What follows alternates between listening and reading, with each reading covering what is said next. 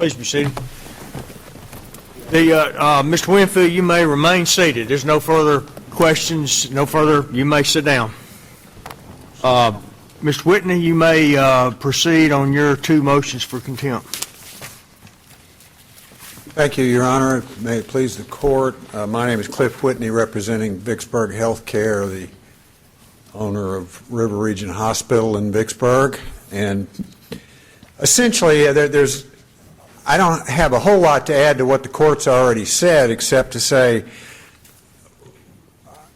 we find ourselves here today listening to a lot of excuses that we listened to on April 30th, that deadlines were set by this Court for certain payments to be made. Those payments were not made. In fact, in the case of the monies that were awarded to my client, there were 3 payments that were missed.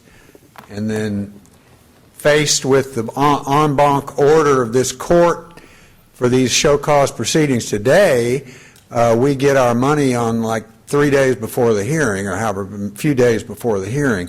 Mr. Whitney, when he came to your office to pay you that money, did you talk to him? Yes, I did. Yes. Did he request a copy of the motions you filed? He did. And why didn't you just provide him a copy as a courtesy? I'll tell you, Your Honor, basically Mr. Winfield came into my office. His demeanor was arrogant. His treatment of my staff was arrogant. His demanding. I withdraw the question. Never mind. Yeah, thank you. I have a question. Excuse me, I have a question. Other than the fees, the payment of the fees. Yes, sir. With respect to the pending litigation, has Mr. Winfield's conduct prejudiced your client in any way with respect to the conclusion or the potential outcome of the case? Well, Your Honor, I would submit that any time you have the kind of delay. I know the generalities. Can you tell me some specific ways? Are there any where your client is not at this point able to proceed forward with the case and either win or lose it on the merits without any prejudice from this, that springs from his conduct? The general delay would be the only thing, Your Honor. The delay, the passage of time caused by delay. Delays. Yes, sir. Okay. So my point is simply this.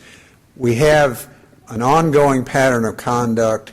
The delays and the money issues are not so important as I think the need to for this Court to make a statement that this kind of conduct is not tolerable, and that in the case of this appeal, that the brief that was filed out of time by Mr. Winfield should be struck, and that the Court should rule in my client's favor and reverse and remand this case. Mr. Winfield sat here and told you a minute ago he doesn't have a case, and he chose not to file a brief because he doesn't have a case.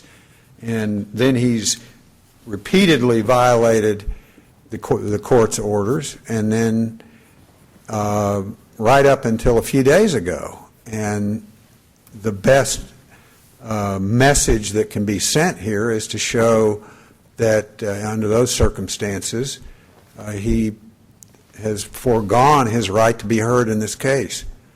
And this motion that he's filed, I'll just simply say, as far as he's filed against me, we, and the Court has, as the Court well knows, has issued the appellate e-filing administrative procedures, which say that when you e-file a motion, in the case of these motions that we filed, they are deemed to be served when they're filed electronically with this Court. And notice is then sent electronically to all counsel, and there's a line you click on right in that email message that takes you to the page of this Court's website for the case. You click on the motion that's been filed, and there it is. I have to follow that rule. every other attorney in the state has to follow that rule. In state court and federal court, we all do it that way. Mr. Winfield knows that, or he should know it, and for him to come into my office and being in default like he is, and make these demands on my staff, and it was done in a way, quite frankly, that was arrogant, and we simply referred him in a courteous manner to the electronic filing that he was given weeks prior to that time. So to suggest that there's some kind of a sanctionable event that occurred in my office is just simply a fabrication. It's simply another excuse. The thing that it reminds me of is when my sons were teenagers, I used to always say that they practice the theory that the best defense is a good offense, that when you've been caught basically red-handed, that the best thing you can do is try to attack. And Well, frankly, Mr. Whitney, I think we've had more than enough anecdotal stories today, so all right. do you have anything else? I'm not going to give you any more, Your Honor. No, sir, we don't need any more. Do you have any That's other? basically what our position is. What are you asking this court to do? I'm asking this court What are to- you asking this court to do?